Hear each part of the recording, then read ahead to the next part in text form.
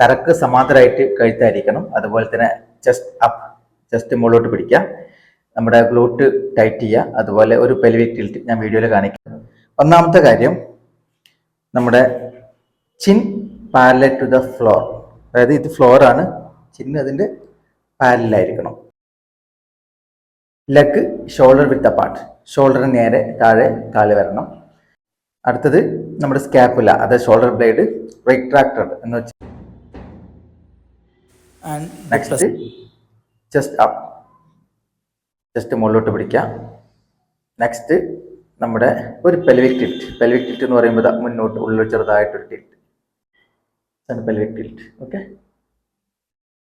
ഇതാണ്. നെക്സ്റ്റ് നീ സോഫ്റ്റ് ആയിട്ടിരിക്കുക, ഗ്ലൂട്ട് ടൈറ്റ് ചെയ്യുക. ഇതാണ് ഒരു റെസിസ്റ്റൻസ് ട്രെയിൻ ചെയ്യുന്നതിൻ്റെ പോസ്റ്റർ എന്ന് പറയുന്നത്.